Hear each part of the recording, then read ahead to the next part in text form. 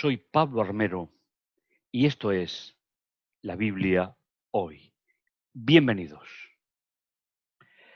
De nuevo, tenemos delante nuestra un reto y es leer la Biblia en el segundo capítulo de Génesis, teniendo en cuenta todo lo que hemos aprendido en la serie, que hay un autor instrumental, que hay un lector real y que yo cuando llego al texto, como tú, llegamos como lectores imaginarios, que tenemos que hacer un proceso de investigación, de lectura especializada para poder entender estos relatos que se escribieron sobre el año 1500 antes de Cristo. Ese reto de hoy nos va a ayudar a comprender mejor la relación que existió entre el capítulo 1 y el capítulo 2 de Génesis.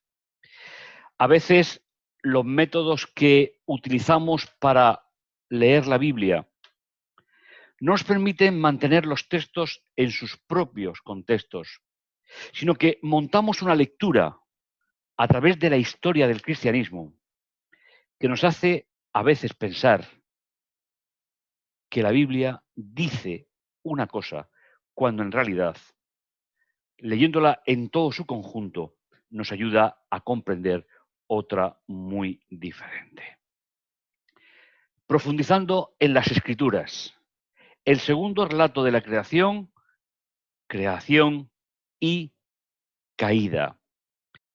El Salmo 19:1 dice: los cielos cuentan la gloria de Dios y el firmamento anuncia las obras de sus manos.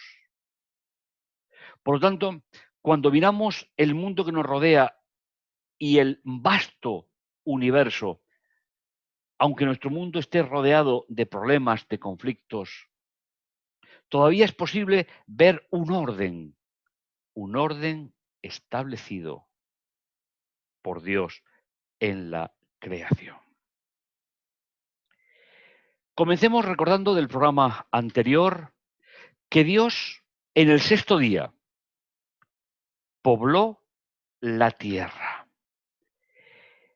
¿Qué entendían los lectores reales del primer relato de la creación? ¿Quiénes eran esos lectores?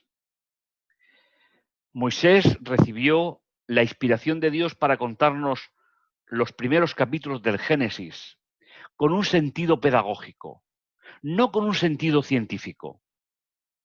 Saber quiénes eran los que habían salido de Egipto, los que estaban atravesando el lugar donde Dios hablaba, y cuando llegaran a la tierra prometida, supieran de dónde venían, quiénes eran y cuál es el papel que Dios les había otorgado en ese nuevo territorio que terminarían por heredar tras el fallecimiento del autor de estos textos. Por lo tanto, en primer lugar, tenemos que ver que detrás estaba Egipto, politeísta, pagano, con muchísimas divinidades.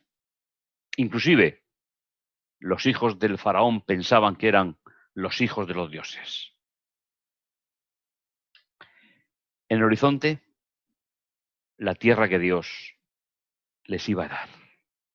Y tenían que entrar a esa tierra formados en quién es el verdadero Dios, qué relación guarda la creación con Dios y desmitificar todas aquellas ideas que habían escuchado, aprendido en Egipto sobre la formación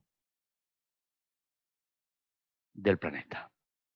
Si en alguna ocasión habéis visto esa vestimenta especial del faraón, llevaba sobre su mitra el disco solar y una cobra, dos divinidades, según la cultura y la religión de la época en Egipto. Pero cuando enfrentamos relatos como el que vamos a leer en el día de hoy, tenemos que saber también que hasta el diluvio, y según se ha ido encontrando prácticamente en todos los continentes del planeta, habían propuestas de aparición de la vida que eran mitos. Pertenece a la visión filosófica de los pueblos. Por eso, los primeros relatos del Génesis, del capítulo 1 hasta el capítulo 11, debemos de leerlos como relatos que desmitifican el pensamiento del hombre con respecto a nuestros orígenes. Porque Dios, conociendo a qué se enfrentaba el pueblo y a qué nos enfrentaríamos después los seres humanos, nos dejó los relatos del Génesis. Tú y yo somos un proyecto de Dios por creación y le dio a la primera pareja la capacidad de engendrar hijos, de los cuales tú y yo somos un exponente de ese proyecto original de Dios. Por lo tanto, leer el segundo capítulo de Génesis hoy lo podemos comparar de forma minuciosa con diferentes propuestas de aparición de la vida. Pero aparte nos llevaría muchísimo tiempo. No cumpliríamos el objetivo de este programa. Por lo tanto, pensemos, como primer punto, que existen diferentes sistemas de aparición de la vida, inclusive el famoso planteamiento sobre la evolución. Pero la Biblia nos va a plantear en dos relatos, capítulo 1, que vimos en el programa anterior, y capítulo 2, que vamos a repasar en el día de hoy, cómo Dios nos enseña a ir contra los mitos, contra las creencias erróneas del ser humano. Nos centramos a modo de repaso en el primer relato de la creación, en los versículos del 24 en adelante de Génesis 1. En primer lugar, Dios va a llenar la tierra con los animales y lo hace en dos etapas. Un proceso intelectual y dijo Dios, produzca la tierra seres vivos, y a continuación, un proceso ejecutivo. E hizo Dios las grandes bestias, hizo Dios los animales. En la creación del ser humano, los versículos del 26 al 28, nos encontramos también que la aparición del ser humano es ahora, se hace en tres etapas. De nuevo Dios dice, hagamos al hombre. En segundo lugar, como ejecución, y creó Dios al ser humano a su imagen. A imagen de Dios lo creó, varón y hembra los creó.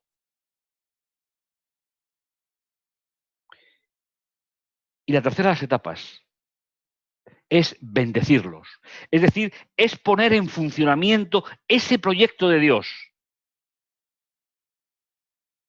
Recordemos, tal y como lo vimos ya en el programa anterior. Cuando Dios creó a la primera pareja, a los dos les dio las mismas instrucciones. A los dos le dio su imagen, es decir, la capacidad que tenían de gobernar la creación según ese mismo criterio de Dios.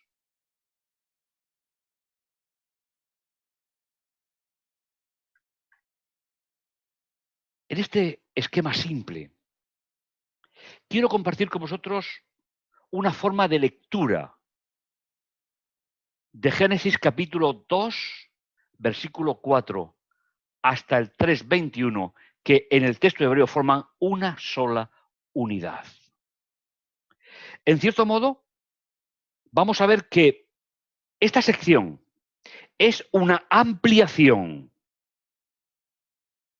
del sexto día de la creación. Y que todo lo que ocurre en estos textos del capítulo 2 y parte del 3 ocurrieron en el versículo 27 del capítulo 1. Y creó Dios al ser humano a su imagen, a imagen de Dios los creó, varón y hembra los creó. Y después de ver que todo era bueno, el texto nos abre una perspectiva de qué es lo que pasó concretamente en el día sexto. Pienso, y por eso lo comparto con vosotros, que es una buena forma para entender el segundo relato de Génesis, supeditado por propia lógica al primero, sin poder sacar una conclusión diferente que vaya en contra de lo que Dios estableció a través de la inspiración en el primer capítulo. Esta sección tiene tres partes, como siempre procuro pasaros una visión completa. Vamos a leer en el programa de hoy los versículos del 2.4 al 3.15, no todo, lo relacionado con la aparición del ser humano, en esa visión amplificada de cuando Dios creó a la pareja. Me gustaría simplemente leer a modo de introducción la parte central de esta sección, es decir, el capítulo 3, versículo 16. Porque es lo que va contrario a la creación. Si cogemos nuestra Biblia y buscamos en Génesis, capítulo 3, versículo 16, nos dice lo siguiente. Y a la mujer le dijo, se multiplicarán sobremanera las molestias en tus embarazos. Con dolor tendrás a tus hijos. Y la segunda parte del versículo es lo que es contrario completamente al plan original de Dios. Tú ansiarás a tu marido y él te dominará. Esta es la consecuencia de la entrada del pecado. Pero permitidme plantearos una pregunta que me parece vital para entender estos relatos de Génesis. Para nosotros, como creyentes en la palabra de Dios, ¿qué tiene más importancia para el matrimonio y el sábado? ¿Qué tiene más importancia? ¿La instrucción de Dios antes de la entrada del pecado o las consecuencias del pecado que han ido deteriorando todo ese proyecto de Dios? Creo que la explicación o la respuesta a la pregunta es fácil. Cualquier lector de la Biblia que lee los textos con el sentido de desmitificar los grandes errores a lo largo de la historia de la interpretación, no puede aceptar una distorsión del matrimonio, ni una distorsión de lo que es todo el mundo, de lo que Dios creó y aceptó. Aunque la sociedad tenga sus propios mitos que rompen o desdibujan la mente revelada de Dios. ¿Qué podemos aprender, recordar de la creación de la pareja en el segundo capítulo. Dentro de esta sección, la primera extraemos un texto, Génesis capítulo 2, versículo 8. El Señor Dios plantó un parque en Edén hacia el oriente y colocó en él al hombre que había modelado. ¿Veis que nos empiezan a dar detalles de lo que pasó el día sexto de la creación? Dios puso al hombre que había modelado. Hagamos al hombre. La segunda de las secciones son del 11 al 23, donde nos vamos a parar más concretamente en el tema y programa de hoy. El Señor Dios se dijo, no es bueno que el hombre esté separado. Me vais a permitir que reitere varias ideas fundamentales en el programa de hoy. No es una creación nueva, no es una creación diferente, es una explicación de cómo transcurrió el sexto día del primer relato. Y comienza diciendo que no era bueno que el hombre estuviese solo. Pero, ¿por qué lo dice? ¿Cuál es la intención que hay detrás de estos textos pedagógicos de Dios? Le haré ayuda que se adecúe a él. Entonces el Señor modeló de la arcilla todas las fieras salvajes, todos los pájaros, y se los presentó al hombre para que él les pusiera nombre. ¿Sabéis? En la mentalidad bíblica, poner nombre significa dominar la situación. Dijimos en el programa anterior que Dios estableció un orden en la creación. Primero Dios, después el ser humano, compuesto por hombre y mujer que tenían su imagen, para gobernar la tercera parte o el tercer estamento de la creación. Ahora, en el capítulo que nos ocupa, esta idea va a ser ampliada diciendo que Dios le puso a Adán todos los animales que había creado, es decir, todos los genomas primarios de los animales que conocemos hoy. Y según dice el relato, cuando Moisés está escribiendo, y cada uno ser vivo llevaría el nombre que el hombre le pusiera. Y ahora tenemos en el siguiente versículo. Así, el hombre puso nombre a todos los animales domésticos, a los pájaros del cielo y a las fieras salvajes. Mas para él no se halló la ayuda adecuada. Veis que aparece tanto en el versículo 18 como en el versículo 20.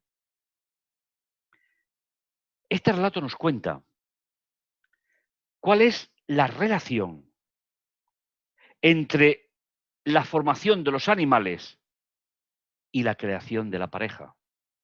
Detalle este que no estaba en los planes del diseño del capítulo 1.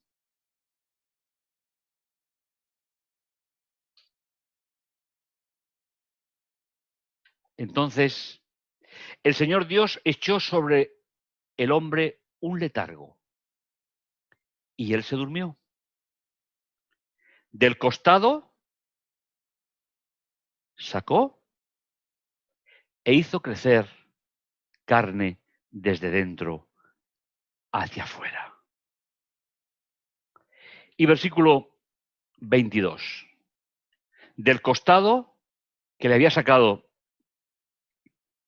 al hombre, el Señor formó a una mujer y se la presentó al hombre. Él exclamó: esto sí que es hueso de mis huesos y carne de mi carne. No los animales a los cuales les había puesto nombre. En ese mismo día es esto, en ese mismo día donde la tierra fue repoblada de sus habitantes. Su nombre será varona, porque la han sacado del hombre. Pero no olvidéis, no podemos interpretar ese texto sin olvidar, o mejor dicho, no podemos interpretar el texto olvidando el capítulo 1. Porque Dios les dio la imagen a los dos. Y Dios les dijo a los dos que gobernaran sobre la creación. Simplemente que el regalo de la inspiración es que tengamos, por decirlo de alguna manera, si me permitís, que tengamos las actividades del día sexto hasta llegar a la puesta de sol de la tarde y la mañana de ese día sexto.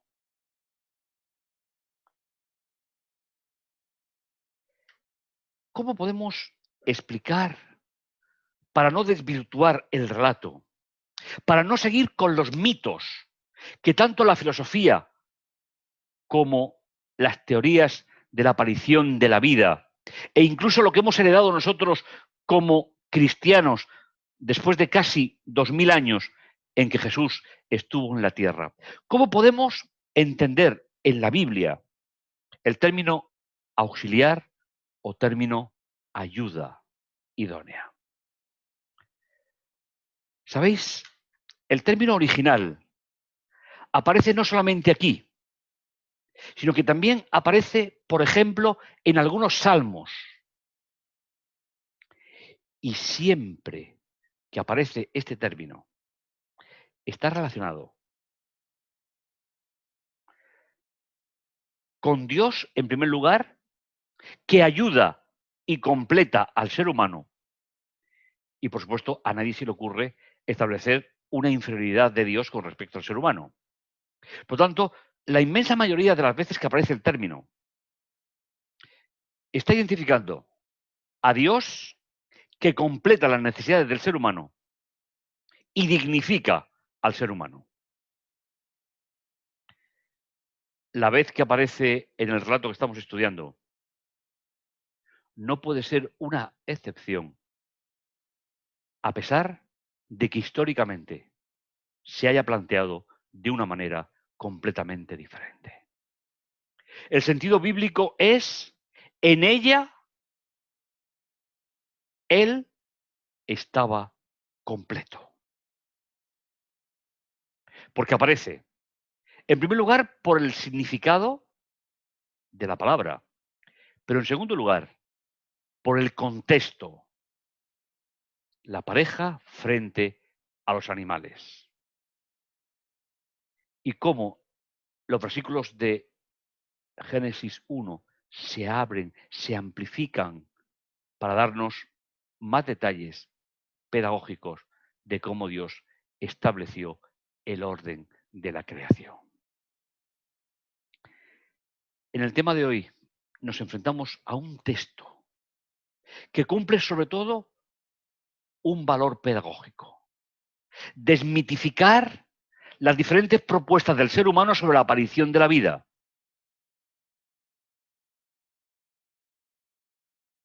La que nos compete a nosotros como lectores imaginarios.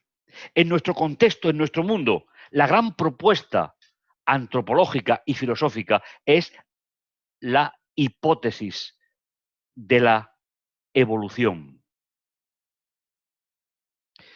Nosotros, como lectores que tomamos estos textos como palabra de Dios, que creemos en la inspiración de los textos, nos ayudan a desmitificar todos esos mitos que han ido apareciendo a lo largo de la historia del ser humano. Los nuestros, la teoría de la evolución teísta y algunos otros planteamientos, o cualquiera de los anteriores, de todo un gran abanico de propuestas de aparición de la vida, alejadas, sobre todo, del plan original de Dios. No lo olvides.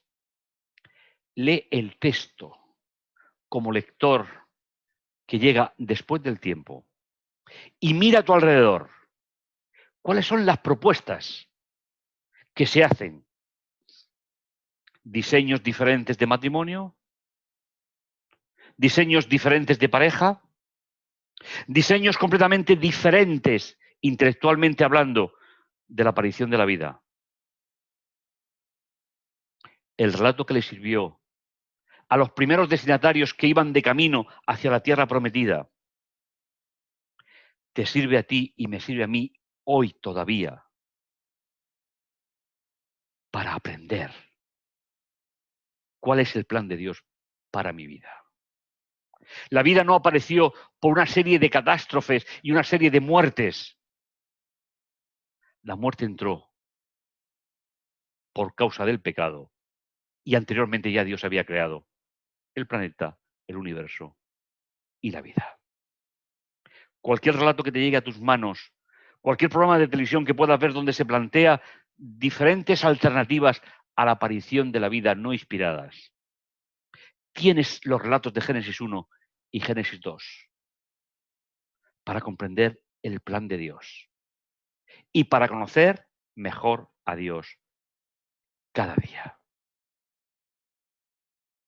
No lo olvides. Esto es la Biblia hoy y nos encontraremos en el siguiente episodio de Profundizando en las Escrituras. Que el Señor te bendiga profundamente.